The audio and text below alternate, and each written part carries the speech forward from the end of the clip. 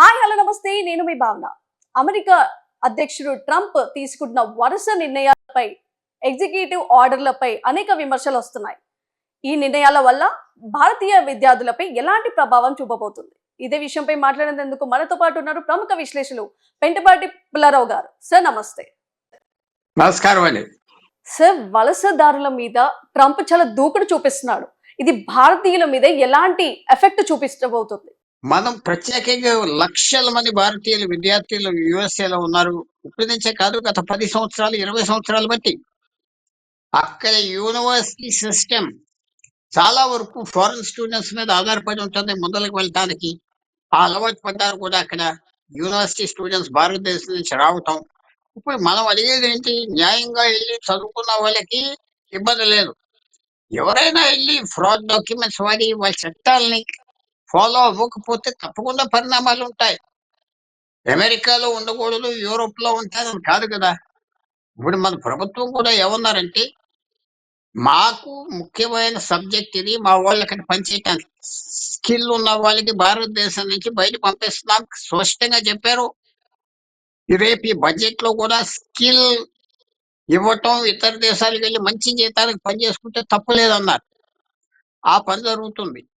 అలాంటప్పుడు ఎవరైనా ఇలీగల్ గా వలసదారులు, అక్రమ వలసదారులు అంటున్నాం, వాళ్ళు ఉంటే తిరిగి పంపించేస్తానంటే మేము తీసుకుంటాం, మాకేం ప్రాబ్లం లేదు.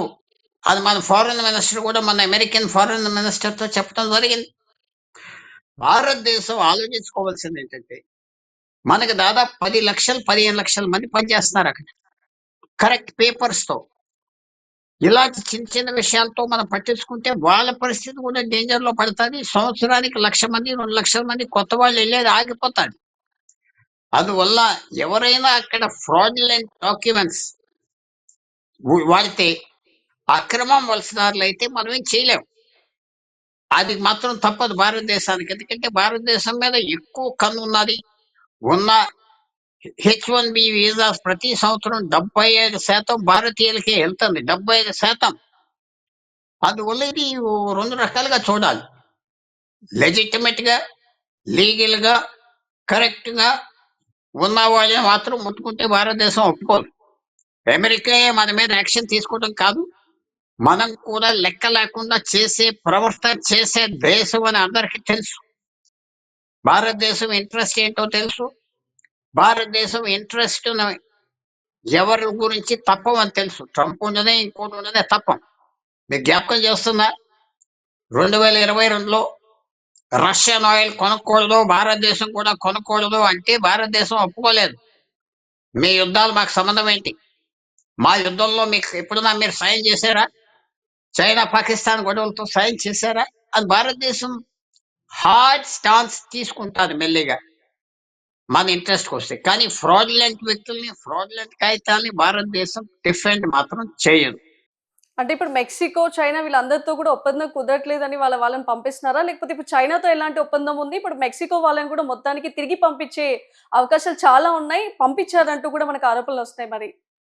మెక్సికో నుంచి 1,00,00,000 మంది ఉన్నారు అమెరికాలో అవును. ఇప్పటి వరకు. వాళ్ళు ట్రంప్ లేనప్పుడు ఆ బోర్డర్ దాటి ఎటు అక్కడికి వెళ్ళిపోతాం. అదే కాకుండా మీరు విన్నారు కదా, సిటిజన్షిప్, బర్త్ రైట్ సిటిజన్షిప్ అంటే ఎవరైనా అక్కడ పుడితే వాళ్ళకి సిటిజన్షిప్ ఇవ్వటం తప్పదని. అది మెక్సికన్స్ బాగా వాడుకున్నారు. అక్కడికి వెళ్ళినప్పుడు పిల్లల కంటం సిటిజన్షిప్ ఇవ్వటం. వాళ్ళు చాలా మంది గత 10 సంవత్సరాలు మెక్సికన్ బోర్డర్ నుంచి ఇలీగల్ గా వీసా లేకుండా వచ్చేసి ఉండటం, వాళ్ళ చట్టాలను అడ్వాంటేజ్ తీసుకోవడం, దాని మీద ట్రంప్ పడతా అన్నాడు. అది కూడా అంత సులభం కాదు. ఏదో ఆ 60-70 లక్షల మందిని ఈ సంవత్సరంలో తీసుకెళ్తాం కాదు, కొంతమంది తీసుకెళ్తారు. ముఖ్యంగా ఇంకా ఎవరిని రానివ్వకుండా మాత్రం చేస్తారు. సో మెక్సికో మీద యాక్షన్ తీసుకుని ఇదే కనుక కొనసాగితే భారతీయ విద్యార్థులకి ఎలాంటి ఎఫెక్ట్ పడేలా ఉంటుంది? మరి చెప్పలేం. బాలరీత్యా విద్యార్థులు కొంతమంది వెళ్ళిన దేనికి, అక్కడ చదువుకుంటే కొన్ని రోజులు ఉండొచ్చు, ఉద్యోగం చేయొచ్చు, మంచి ఉద్యోగం వస్తే కలిసిపోవచ్చు, కనపడకుండా బ్రతకొచ్చు అనే ఐడియా ఉన్నది. అది ఎలాగ ప్లే అవుట్ అవుతుంది, అది ఎంతవరకు ట్రంప్ ఇంప్లిమెంట్ చేయగలరు? ఆయన అనుకున్నంత బలం ఉన్నదా? మీకు అమెరికా నా ఇష్టం వచ్చినట్టు అమెరికాతో చేయిస్తా, ప్రపంచం మా మాట వినాలంటే ప్రపంచం వినకపోవచ్చు. ఆయనకి బలం ఉండాలంటే అన్ని దేశాలు ఆయన భయపడి చేయాలి. చైనా చేసేది లేదు, మేము చేయమన్నారు. చైనా కూడా ఆర్టిఫిషియల్ ఇంటెలిజెన్స్ లో ఇప్పుడు అమెరికాకి గత వారంలో బయటకు వచ్చిందంటే చైనా అమెరికా కంటే అడ్వాన్స్ అయిపోయింది. అవును. అన్ని విద్యల కంటే, అన్ని టెక్నాలజీ కంటే చైనా డామినేషన్ అయిపోయింది గత వారం నుంచి బయటపడింది. సో ఇలాంటి ఏమైనా జరిగితే ట్రంప్ చెయ్యి వీక్ అయిపోతాడు. ముఖ్యమైన పునాది భారతీయులకి ఏంటంటే, మన వాళ్ళకి మంచి చదువు వస్తుంది, మంచి చదువు ఉన్నది, మంచి ఇంజనీర్లు, మంచి టెక్నికల్ స్కిల్ ఉన్నాయి. ఇది ఎవరి దగ్గర లేవు. అందువల్ల అది మన ఇంపార్టెంట్ అసెట్. ట్రంప్ ఏం చేస్తాడో చూడాలి. ఎందుకంటే ఆయన చాలాసార్లు అన్నది, ఎవరైనా అమెరికన్ యూనివర్సిటీస్కి వచ్చి చదువుకుంటే టెక్నికల్ సబ్జెక్ట్స్ డిగ్రీతో పాటు గ్రీన్ కార్డ్ వాళ్ళకి ఇవ్వాలి. ఇక్కడే పని చేయను, ఇక్కడే బ్రతకండి. అది చేస్తాడా ట్రంప్? చేయడా? అప్పుడు ప్రెసిడెంట్ అవ్వాక అది మనం చూడాలి. ట్రంప్ మైండ్ చాలా పాజిటివ్ గా ఉన్నది భారతీయుల మీద. ఎందుకంటే చదువుకుని స్కిల్ తెస్తున్నారు అమెరికాకి. మన ఇక్కడంతా చదువుకుని ఖర్చు మనం పెట్టాక అక్కడికి వెళ్తున్నారు. ఒక నర్సు ఇక్కడ మనం ట్రైనింగ్ ఇస్తాం, ₹1,00,00,000 ఖర్చు పెడుతున్నాం, అది ఎలాగానే ఫ్రీగా సర్వీస్ దొరుకుతుంది. డాక్టర్స్ వెళ్తున్నారు, ఇంజనీర్స్ వెళ్తున్నారు. సో వాళ్ళకి తెలుసు.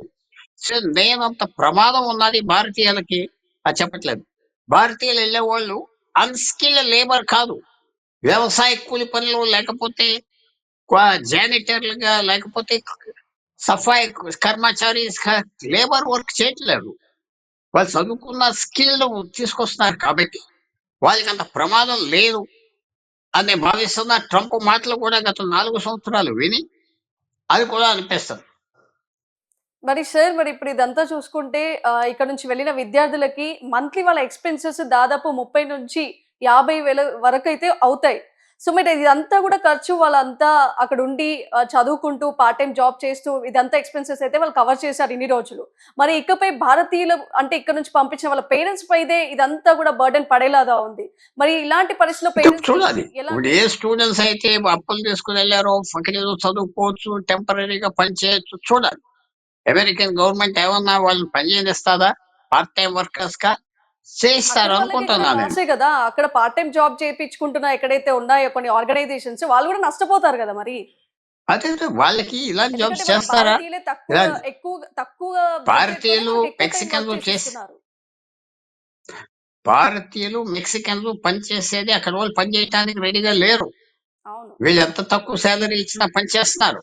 సో ఇప్పుడు మనం చూడవలసింది ఏంటంటే, ట్రంప్ గవర్నమెంట్ స్టూడెంట్స్ వెళ్ళిన వాళ్ళు పార్ట్ టైం గా కూడా చేయకూడదు అంటారా? అంటే మరి కష్టం. కానీ అనరు అనుకుంటున్నాను నేను. అమెరికన్ యూనివర్సిటీ సిస్టమ్ అలా పనిచేస్తుంది. యూనివర్సిటీలో పనిచేసే వాళ్ళకి లేబర్ చీప్ గా కావాలి. స్టూడెంట్స్ పార్ట్ టైం ఉద్యోగాలు పనిచేస్తారు కాబట్టి సస్టైన్ అవుతాయి. సో మనం ఇంకా చూడాలి. ఇంత తొందరపడే పరిస్థితి లేదు. ఇంత తొందరపడి దీని మీదే అందరూ వెళ్ళిపోతారు, ఫ్యూచర్ లేదనుకోవటం, ఇంకా మనం వెయిట్ చేసి చూడాలి. ఇంత తొందరగా స్టూడెంట్స్ మీద ఒకే ఇంపాక్ట్ ఉంటుందని ఆలోచించడం కష్టం. సో చూద్దాం భారతీయ విద్యార్థుల వాళ్ళ యొక్క కష్టాలు ఎలా తీరబోతున్నాయనేది చూసే పరిస్థితి మనం చూద్దాం. Thank you sir. Thank you.